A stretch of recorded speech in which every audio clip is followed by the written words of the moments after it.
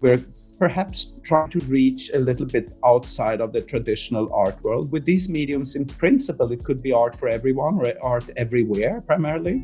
So it's not just big audiences, it's also very diverse and global audiences. Definitely, we will add more worlds or more realities to the ones that we already have with a way of engaging with AR, VR or photogrammetry. It adds on to what we already have, an understanding of the reality of the relationship between the physical and the virtual.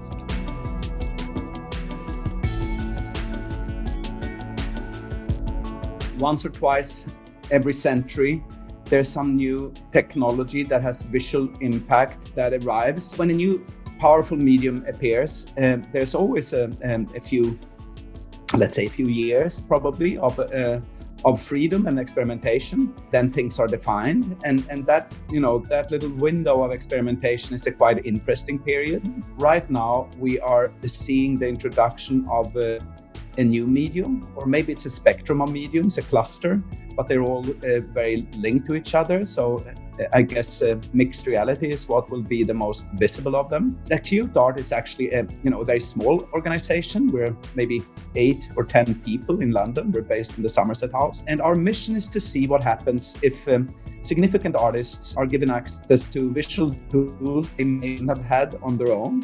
Some very young artists and some very technically skilled artists are experimenting with these things on their own, and we work with some of them who are actually programmers. But we've also worked with artists who maybe wouldn't have done AR or VR without us proposing this. We always thought that these new mediums would introduce a new way to experience art, certainly. VR has often been described as the most powerful of mediums. AR compared to VR, it's very, very easy to distribute, and you can reach audiences far outside of the traditional art world.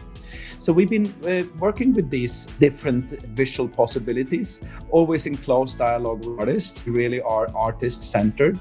It's the artists who want to do things, and we try to realize that. We did virtual reality projects with Anish Kapoor and Ulrika Karlsson, Marina Abramovich, very different kinds of projects. Then we did a few VR pieces that were easier to distribute, and an example would be a piece we did with Ai Weiwei. Weiwei is very interested in reaching big audiences and talking about the real world and political issues. A piece which is called Omni. It's a really authentic piece in the sense that it sits right at the center of his concerns, and it has to do with the life on our planet, the animals that are no longer have a home, and humans who live in refugee camps. We launched this not inside the art world, I have to say. We launched it with The Guardian, the daily paper in London, and within a few hours it reached the first 100,000 people. And it just shows that this is a medium that has other possibilities. It doesn't have to be in a gallery. More recently, we have looked into AR, and augmented reality is, of course, something that maybe will never be overwhelming in the sense that a cinematic project in VR can be, but it can certainly reach people. We've done a number of projects now, among others with Ulrika Karlsson. We launched this little project called Wunderkammer. A Wunderkammer is a curiosity cabinet.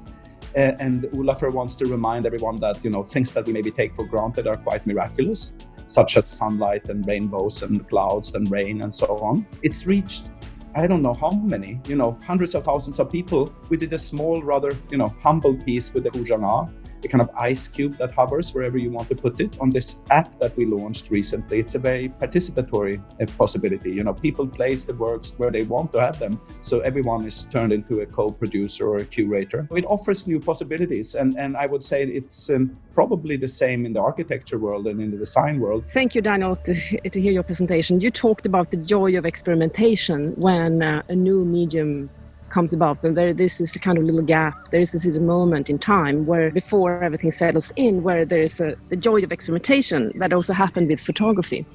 And I think we have been in this practice-based research project or artistic-based research project called Interiors Matter Live Interior. We've been looking at laser scanning or LiDAR scanning. And we're looking at what lies in the technology itself, what architecture lies in the representation of an interior, for example, through LiDAR scanning or through laser scanning. And in this image, what we were interested in, a seemingly high and real sharp documentation of an interior space or a window. At the same time, you see these zones in the fringes that are becoming white, lack information, where actually the scanner is not able to document the space. So there are these gaps and whiteouts as shadows almost, where the technology doesn't reach. The images talk in another way than the photographic image. Another thing that is interesting is also how, when we were in these images, that we saw that with the scanning, since it can documents the surfaces it reaches, there is no hierarchy. Furniture, walls, windows, textiles, fabrics, materiality, there is no hierarchy between these things. So what starts to read is not that the wall is defining the perimeter, but actually there's more of an assemblage, or a furniture and the objects and stuff of an interior becomes part of that which defines the space. I found that very interesting. And still, I think that in terms of your question, the relationship between physicality in relation to the kind of the virtual, I think that still the physical, especially in architecture, since it kind of aims also engaging in the built environment, but the built environment today engages both the virtual space as well as physical space. And I think that at the moment at the architecture schools, they are struggling with what is actually a translation between points. If laser scanner, for example, there are no lines, there are no kind of clear volumes, but there are only points in space. How do you translate a point into a physical environment? I think something that you're touching on, Ulrika, is maybe also related to when Boris Beuys talks about the issue of aura. Often there's the assumption, going back to Benjamin, that aura was attached to physical objects, and it's very much about the kind of handcrafting of something.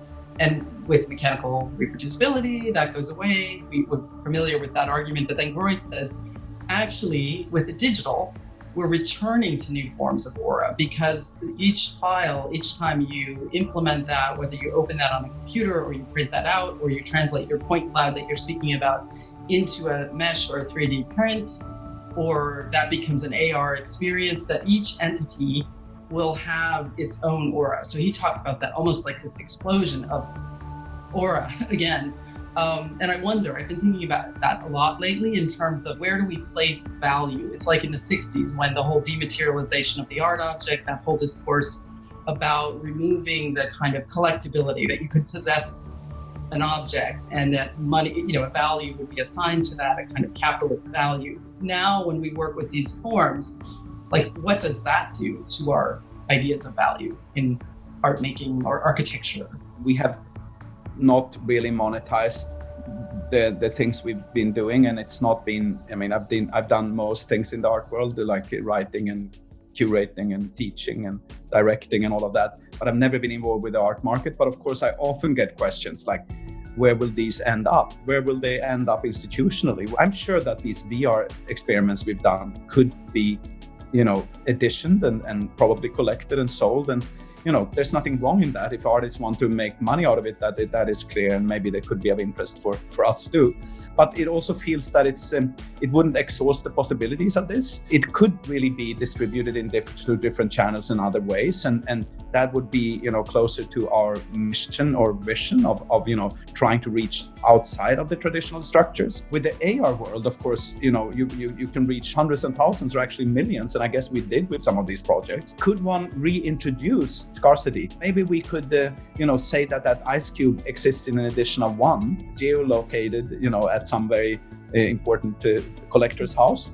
We haven't done that either, but I could see that one could. What makes a collectible item attractive is that it's sparse and scarce, and there are very few of them. There are many interesting questions there, I think. Not only financial questions, actually philosophical questions.